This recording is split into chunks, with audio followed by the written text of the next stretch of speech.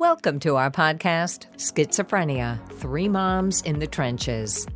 From the place where schizophrenia and real life collide. East Coast, West Coast, Middle America. With Miriam Feldman, Mindy Greiling, and Randy Kay.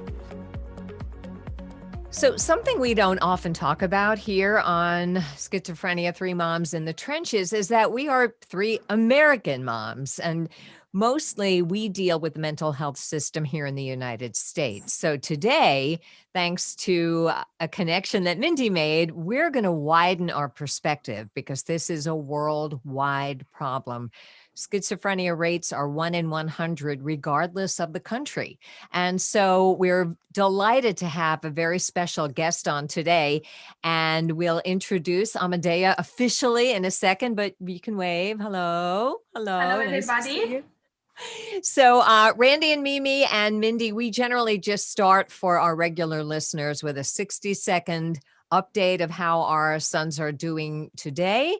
And then we're going to get right to it. We have so many questions for you. We're so excited.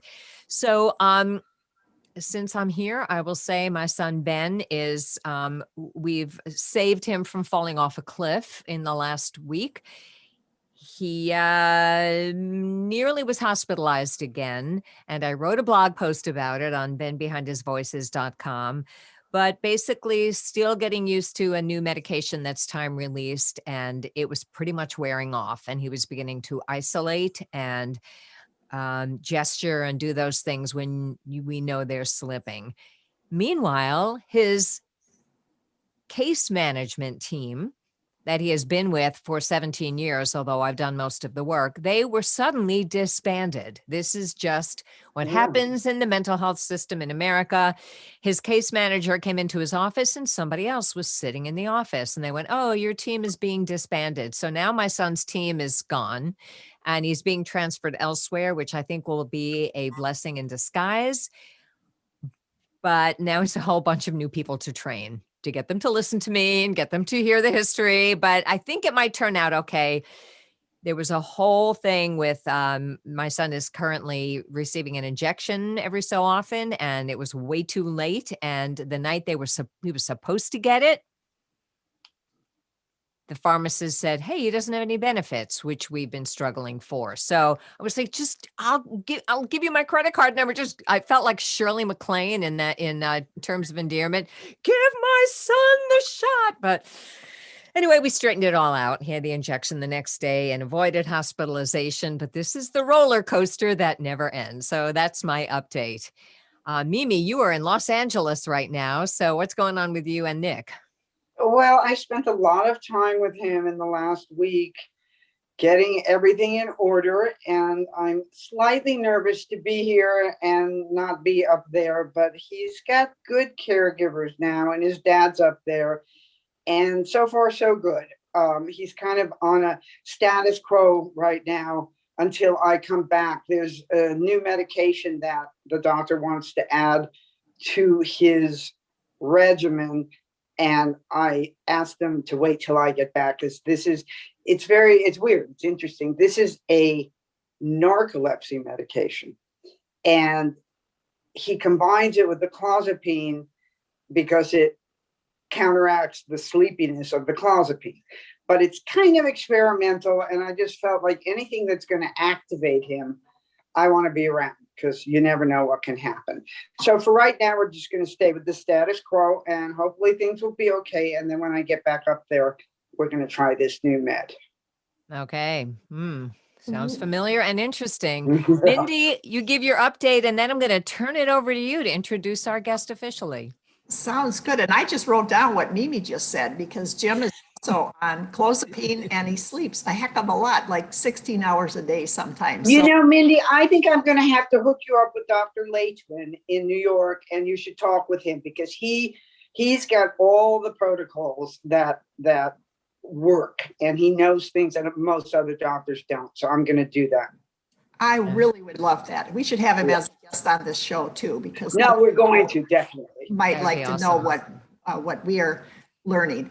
So anyway, Jim is And just disclaimer, generally families don't give each other advice and prescribe things for other families. So we're not setting a protocol here, but we all are friends and we do take suggestions from each other and then ask our doctors about it. So we don't want to get in trouble.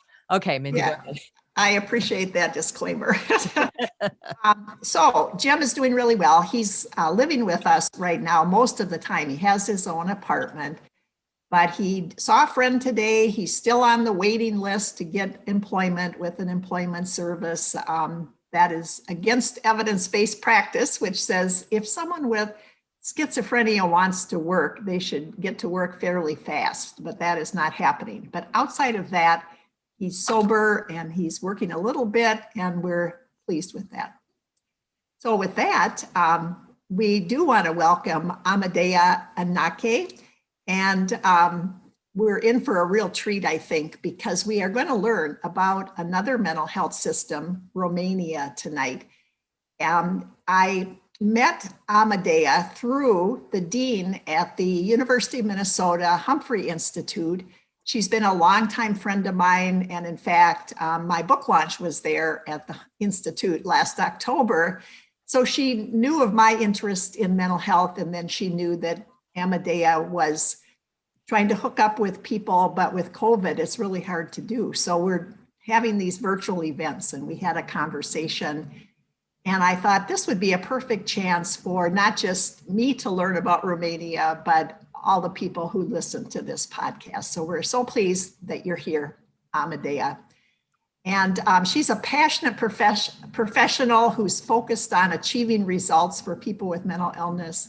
She's been with the Estuar, I hope I'm pronouncing that right. Okay, the foundation in Romania for 18 years, and she's been the director for the last decade. This is the first and I think only mental health organization for adults in Romania. You can correct me if I'm wrong. We are the only services provider for adults. Yeah, that's really amazing. And so she also has vast experience in this field with national partnerships, international partnerships, and has advocated for human rights and is a current board member of Mental Health Europe. So your information goes beyond just Romania. So welcome.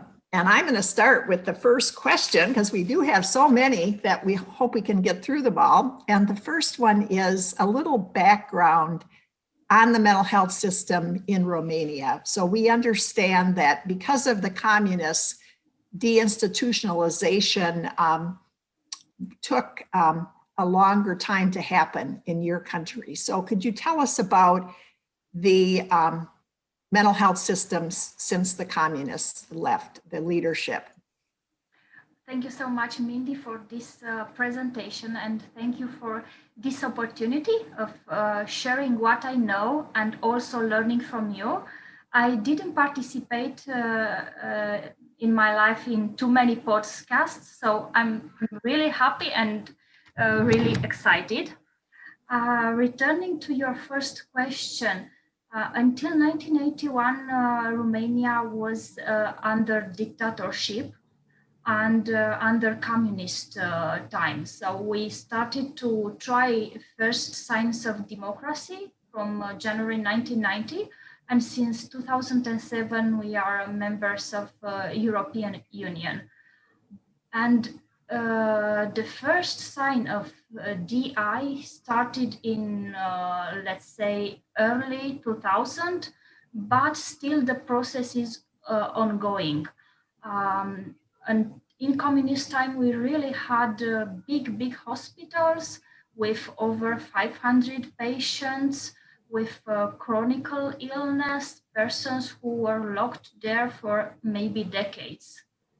And abandoned by their families, step by step, they lost all their abilities.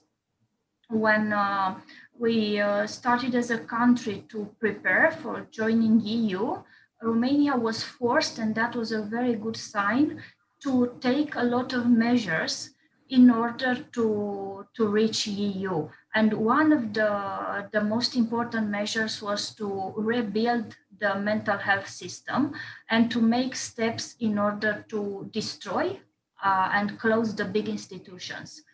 And indeed, they were closed, but not entirely. We still have small institutions with 50 persons, but with the same concept of an institution, with only treatment, no other therapies, no other real involvement of the people, and not focused on patient. Still, people are treated as without abilities, as they are not fitting in the communities. They are not taken into serious, and the system really needs to be rebuilt and transformed into services, into communities with the involvement of a lot of stakeholders. So we really have a lot of steps to be taken, and indeed now things are much better than 10 years ago, than 20 years ago. But we cannot fool ourselves that we are in an ideal situation, not at all. And we still have a ways to go here in the United States too.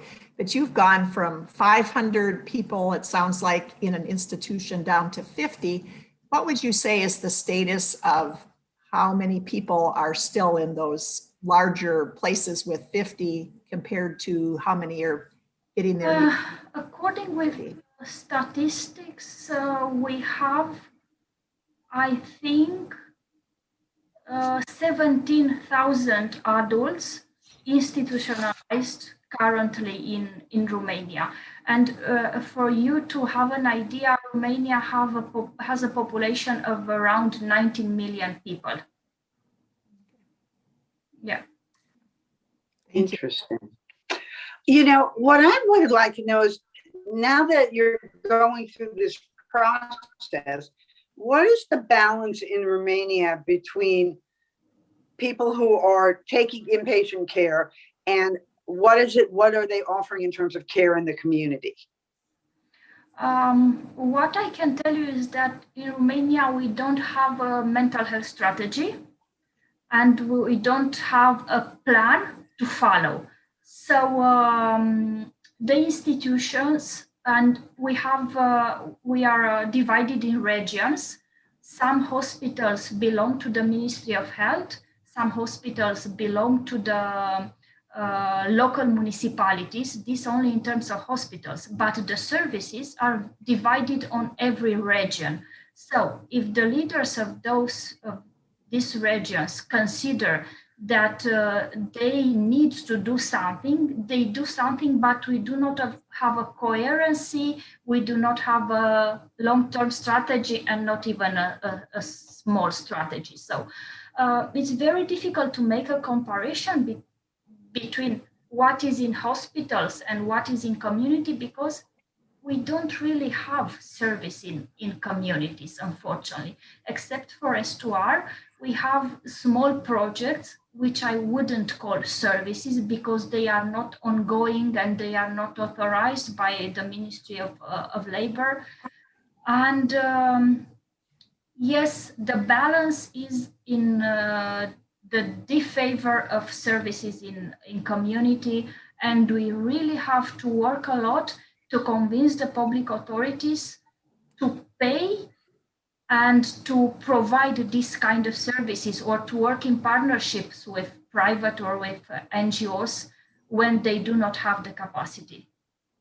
I see. You know, here also, we see a lot of disparities between urban areas and rural areas in terms of what is available for services. You know, a lot of times in rural areas, there just aren't doctors, there aren't psychiatrists. How does that work in Romania? Is there a big difference between the cities and the country? Yes, the situation is exactly as the one you described here. The main hospitals, and I start with this, although we are active in promoting the social services and not the hospitals, And the hospitals are only in the big cities. And in terms of services or access to a psychologist also, persons need to go from rural to urban area, sometimes over 50 kilometers or over 100 kilometers. And sometimes it's not only about traveling, it's about the mentality. They don't know that they need this kind of support, and they don't know where to ask and how to ask this kind of support. And also today you will find in a very in a rural area persons with different mental illnesses who, except for some periodical treatment, they never accessed any other service because they don't know that these services exist in the urban area, unfortunately. Yeah. Wow. I've got to say, at the moment, it doesn't sound very different. Yeah, I was thinking that too. From the United States. It's like, boy, Me these are too, actually. universal problems. And in a moment, I do want to shift a little bit and talk about stigma. But before we leave this general overview, so can you help me to understand this from the point of view of someone like our sons who has a mental illness? So it sounds like during communism, they were pretty much in an institution for their whole life Yeah, and just treated with medication, but not treated as a person, not treated as someone with potential. So now, where the institutions are smaller or there are fewer beds, what happens to someone when they're discharged if there are no services? Or do they become homeless? Like, what happens to your average person with schizophrenia in Romania when they're discharged? they count a lot on the support of the families, on the support of large families. Sometimes neighbors provide help, sometimes friends provide help. Some of them, they end up in street, those who do not have a family to support.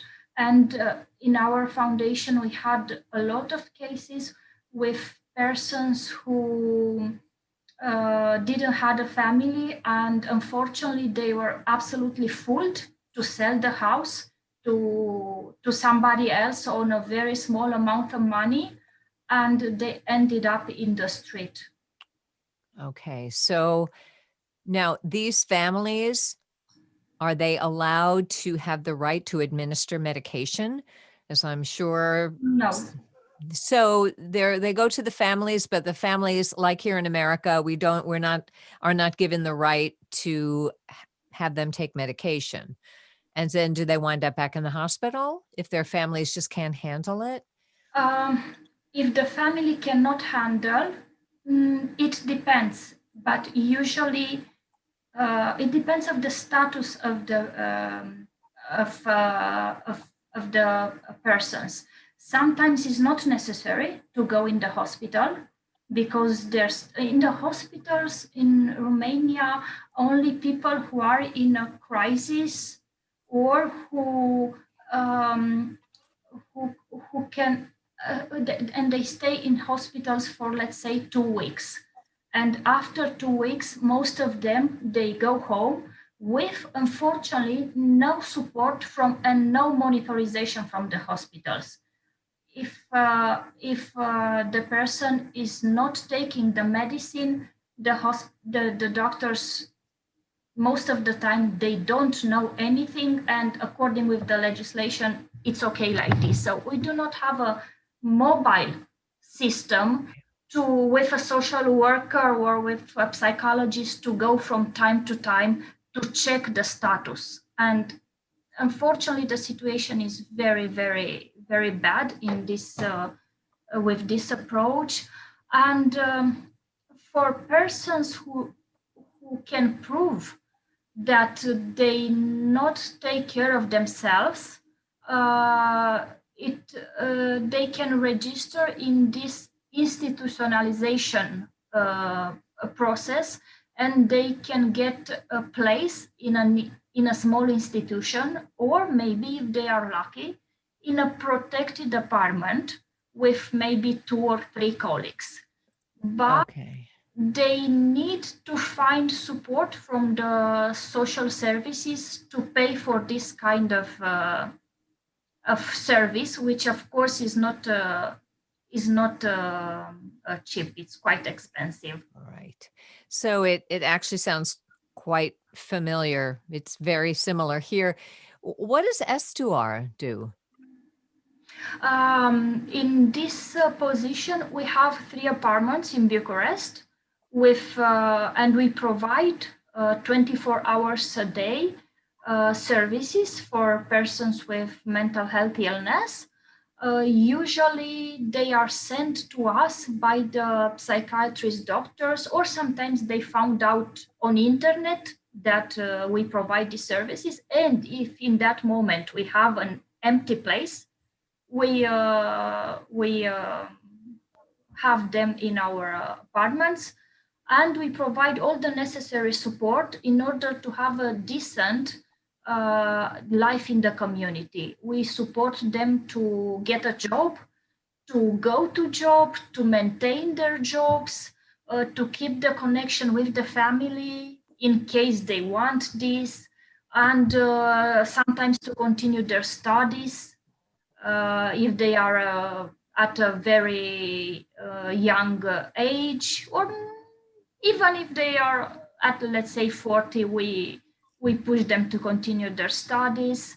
We support them to stay in touch with their psychologist and psychiatrist, and we organize a lot of events in order to engage them in community. And some of them stay with us for a few years, some of them for more years. It depends, because although we always say that will be good to engage many people, sometimes we discover that if we cut the service, these persons wouldn't have a place to live. So we keep them as long as is necessary in order to continue a good life. But unfortunately, we do not have too many apartments. We have only 3 apartments, and with 3 places in each apartment. And except for this, we have community centers. We have 4 community centers in Romania, in 4 different cities. And we offer services for at least 100 persons in every community centers, 8 hours per day. We are users oriented. Everybody who steps in our centers is receiving services customized to the personal needs. Sometimes we offer psychological counseling, sometimes juridical counseling for those who have some juridical problems, and sometimes vocational in order to have a job. And all our services are free. Wow. It Actually, sounds like I think a dream. that there's some things better in Romania, quite a few things, but it sounds like it's a very small number of people. Yes. Serve. You have really good services, but a very small number of people. And unfortunately, we do not have the capacity to extend our services, because when you extend a service, you have to thinking on long term. You cannot open a center or an apartment for a few months. You have to do it for a lot of years, because it's very difficult to engage with people and then to say, I'm sorry, we do not have funding. Right. Who funds you, the government or private or both? Most of them is public. We write projects and we get grants either from the government, from the Ministry of Labor, because we are recognized as a social service and not as a medical service. So we do not have anything related with the Ministry of Health, but with the Ministry of Work and Social Protection in Romania, with some local municipalities, because we take care of the persons for which the local municipality doesn't have the capacity to take care. And some of the grants are coming directly from European Union, of course, writing projects. We also had grants from Norway. Really? Wow. Yes. Yeah. Wow. So thank you for the work you're doing. I'm sure there are many families thanking you as well. And now I understand what you do, and sounds wonderful. So let's just talk a little bit about stigma now. We have a group, and you're currently in the United States doing some work and some study. And so the National Alliance on Mental Illness, NAMI, they're trying to pivot from calling discrimination against people with mental illness stigma to just plain calling it discrimination. But no matter what you call it, can you talk about discrimination or stigma against people with mental illness and their families? Like, how are they treated in Romania? It was for the first time here in US when I heard about the discrimination concept to replace the stigma concept. And as you said, whatever we are calling in Romania, of course, persons are facing a big and important stigma. And most of the families are hiding the fact that their children have a mental health illness. Only the close friends know these aspects. Only some neighbors maybe know these aspects, but usually the families don't want to share this aspect because they consider that is shameful. It's something maybe embarrassing, and they don't want to have problems with anybody else. They consider that this shared information will bring problems sooner or later. And I have to admit that stigma is less and less in the last decade. And we felt these people are more open. Once the social media exploded and once everybody has access to Facebook, Instagram, or other channels, everybody has access to a lot of information. So there were a lot of campaigns, not only Romanian, but also international campaigns who made people more willing to share and to be open with this. In Estuar, we have a group of our users who participated. I almost said last year, but no, it was not last year because last year was quite difficult and quite close. It was at the end of 2019. We did an in-person event, and 5 persons with mental illness showed in front of everybody, telling in 15 minutes a short story. They received themselves. They received training how to react, how to be one man or one woman show.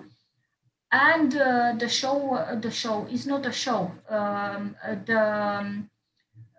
The event was fantastic, but unfortunately, we were not able to find any parent to participate. We had only adults, and we had a teacher who is a parent and who dropped in the last moment saying, "I'm sorry, I don't want anybody to take pictures and to appear later. I don't know in which medium." So she dropped, and yes, unfortunately, that is the situation. Yeah, it's not that different. Okay, Mindy.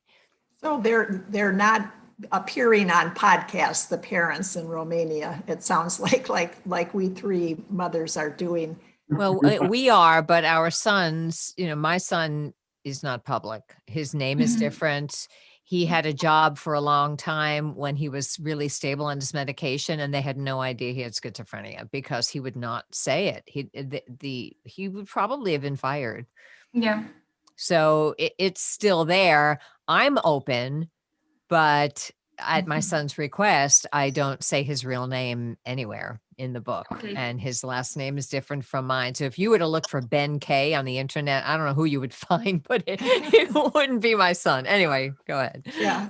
And that, this reminds me of my early days when I was in the Minnesota House of Representatives, and I was asked to speak at a NAMI event at the Capitol, and they had it at night outside, not in the Capitol.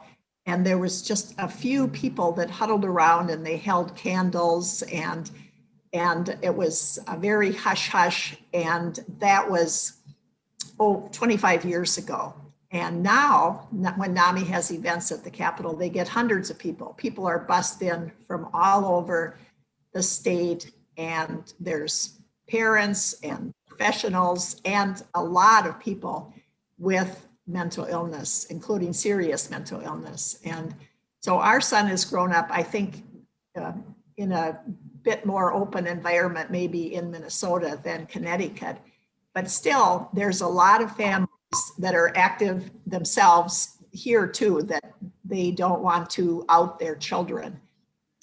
But since I was a public official, our son has always been outed, and he participates in programs, but he's very shy with his schizophrenia. So I was going to ask you then what families advocate for and what barriers keep them from speaking up. But it sounds like you're not there yet with even getting them to speak up. Will they write their stories if they didn't have to, like anonymously, and share that way, so you could use stories when you're talking to funders and elected officials?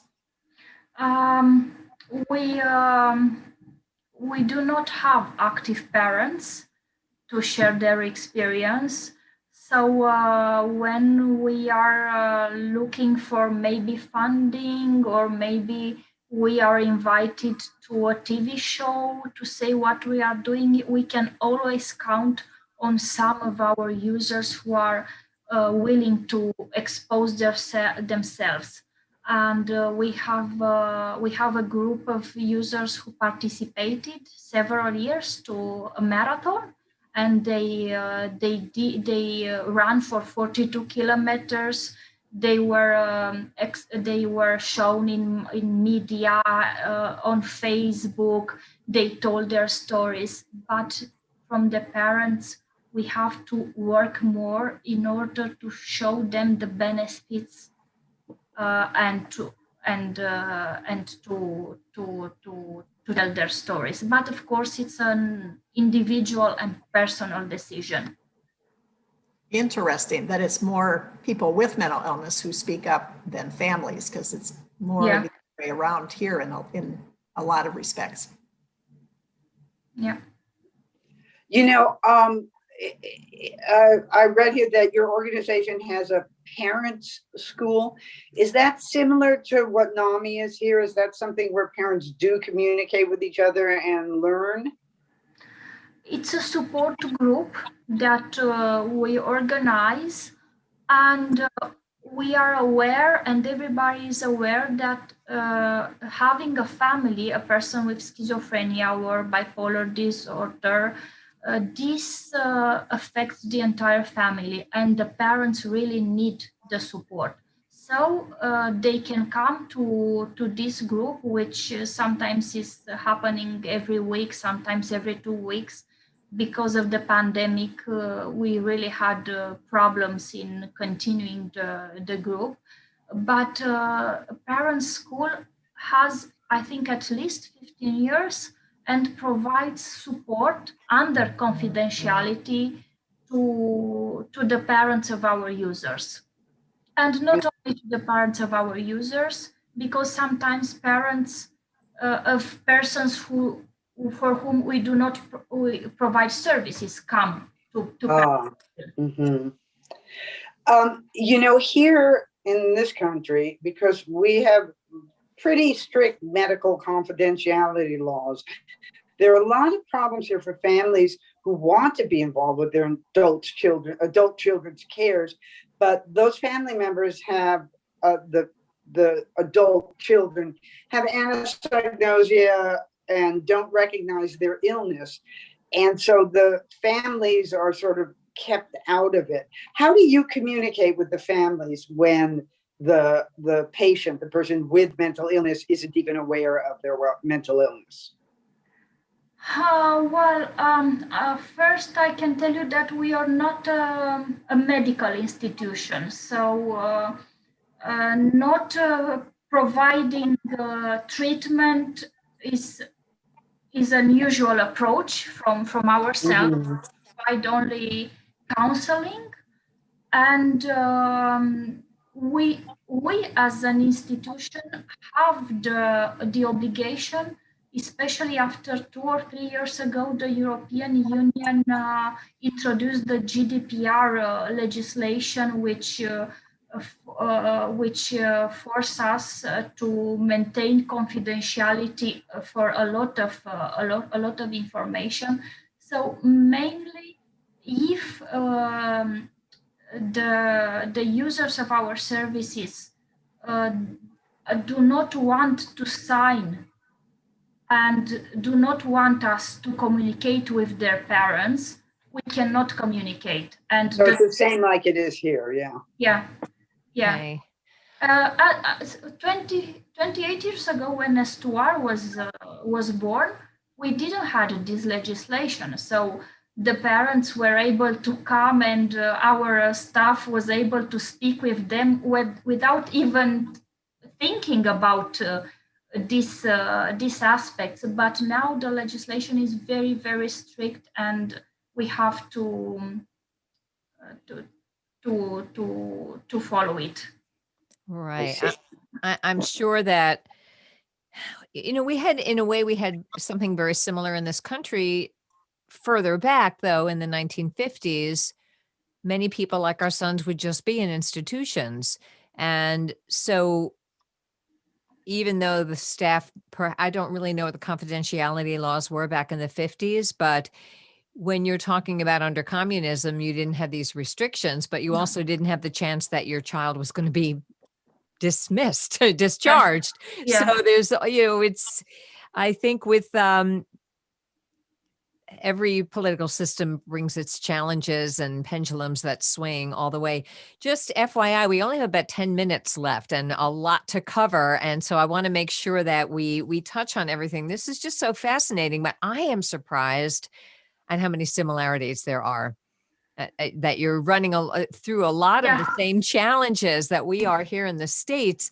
When we talk about better treatment of people with mental illness and an improved mental health system, who are the people that are advocating for better treatment, and what are the human rights considered in the mental health field in Romania? Usually there are the NGOs who are advocating. Are some in Romania, there are some very strong human rights NGOs who advocate for respecting the human rights or for changing the legislation. NGOs? I don't know what those NGOs. are.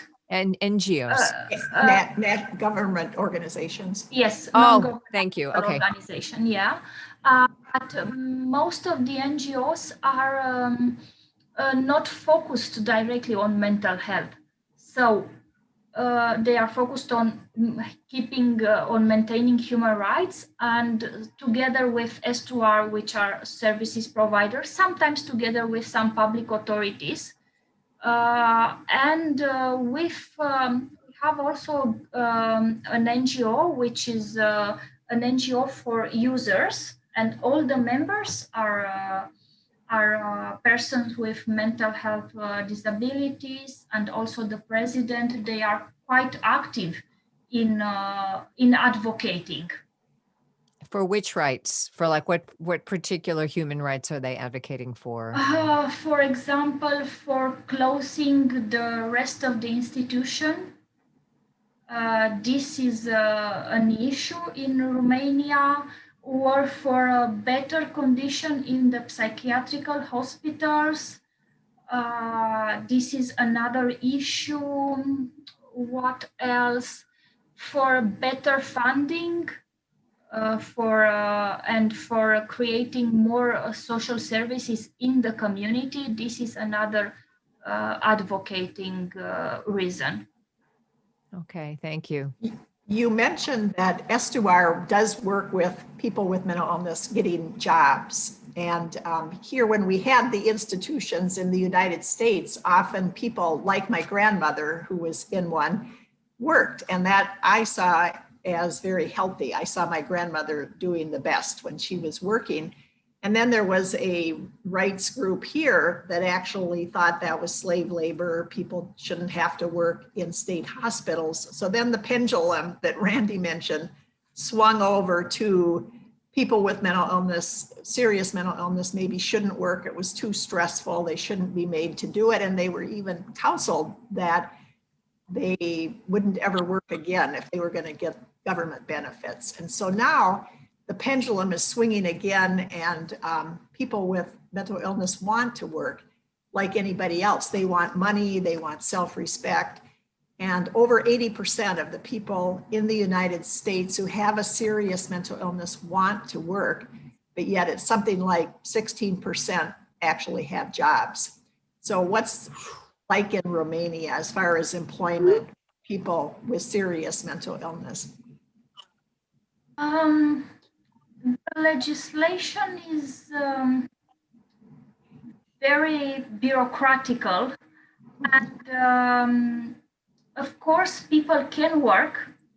They have to go previously to an expertise commission, and the doctors speak with them. They note their entire files and their history, and the doctors decide which is the capacity of working.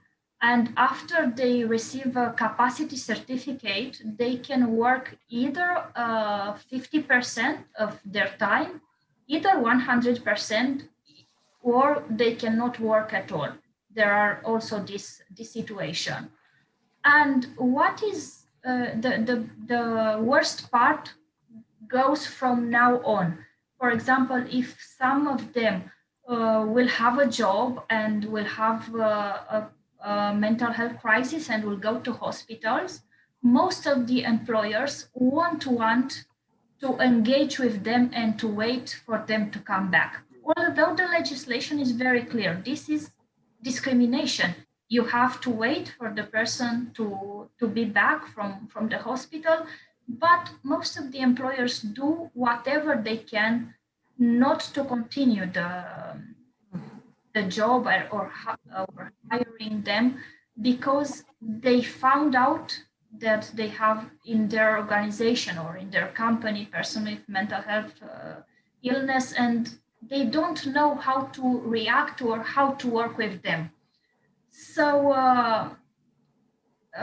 most of our users, because I know their situation, sometimes decide, even they have the right, not to work because they think, if I will work months and then maybe I will have a crisis, I will go to hospital, then I will have to find another job. But if they work, they will lose the benefits, the pension.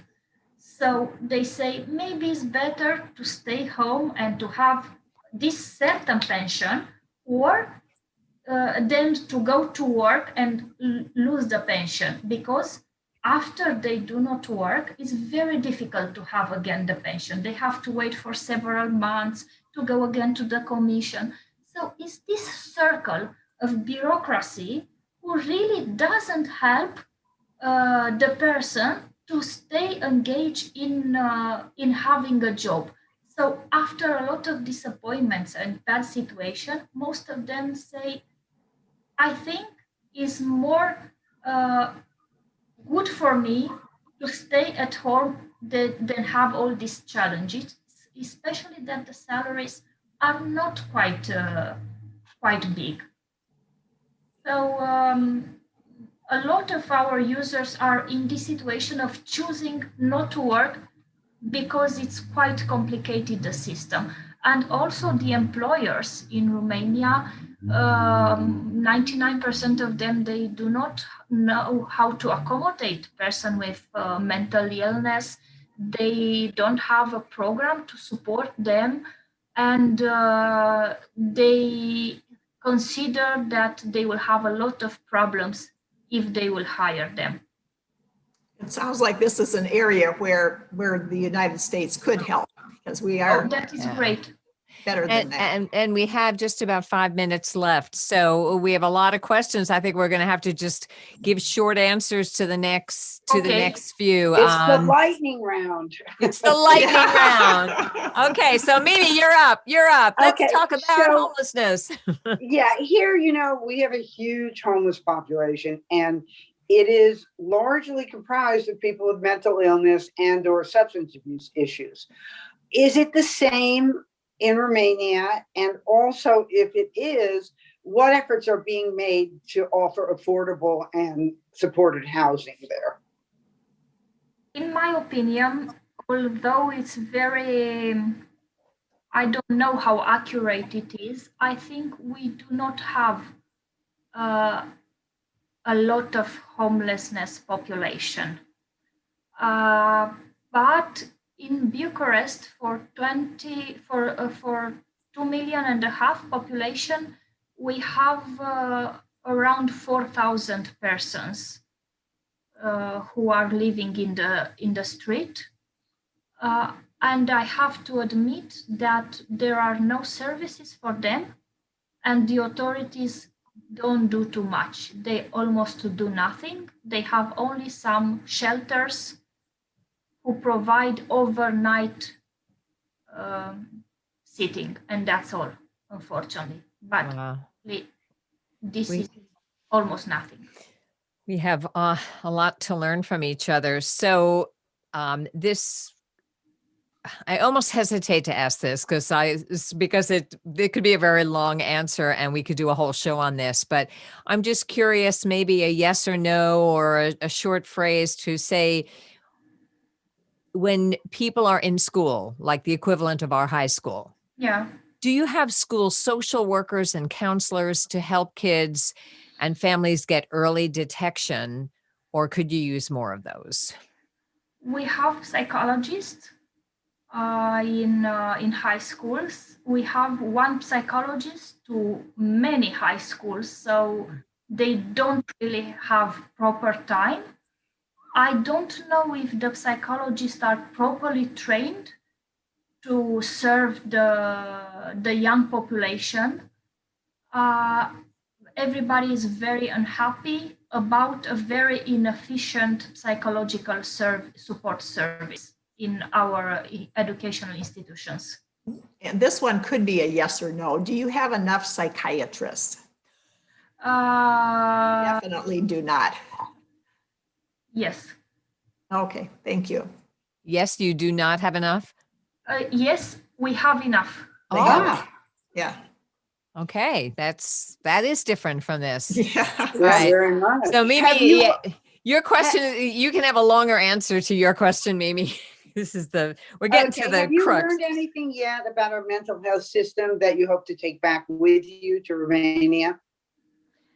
Oh, I'll need to explore more. What is very well developed here is the advocacy system, which we don't really have back in Romania. Designing public policy here involves a lot of stakeholders and it's a very important process. Back in Romania, designing public policies belongs to the politicians who do not really involve the main important stakeholders. So at the end, we will have inefficient public policies. So you're learning some things here that you can take back there. The opposite question, what do you think you do better than we do here in the United States? What could we learn from you? Oh, this is such a difficult question. Can I not answer? I don't know. Okay, that's perfectly fine. One thing, you have enough psychiatrists. We don't. Yeah, that's a big deal. Ah, Yeah, that's huge. And it sounds like if there were more foundations like yours, is there a website where people can find out more about Estuar Foundation?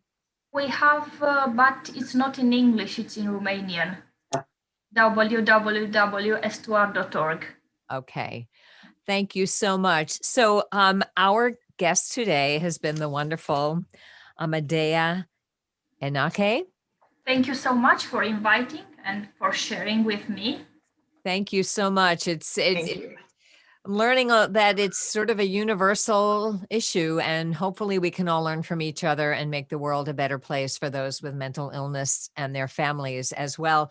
A little preview of what's coming up. Our next episode, we will actually talk to a young woman who is managing her schizophrenia quite well. She has quite a story to tell, and she's very open. I have met her once, but we're Facebook friends. Her name is Rebecca, and she's going to tell us about her schizophrenia and what she does. And coming up, we'll be talking to the NAMI education director about family to family and their other programs, and also a probate judge who's going to talk about conservatorship and what it's like from her side of the bench. So we hope you'll subscribe on YouTube, follow our podcast wherever you get your podcasts, and thank you for listening. Hey, thanks for joining us for this episode of Schizophrenia, Three Moms in the Trenches with Randy Kay, Mindy Greiling, and Miriam Feldman. To get in touch with us or to learn more about our books, please visit our websites at miriam-feldman.com, mindygreiling.com, or randyk.com. For this episode of Schizophrenia, Three Moms in the Trenches.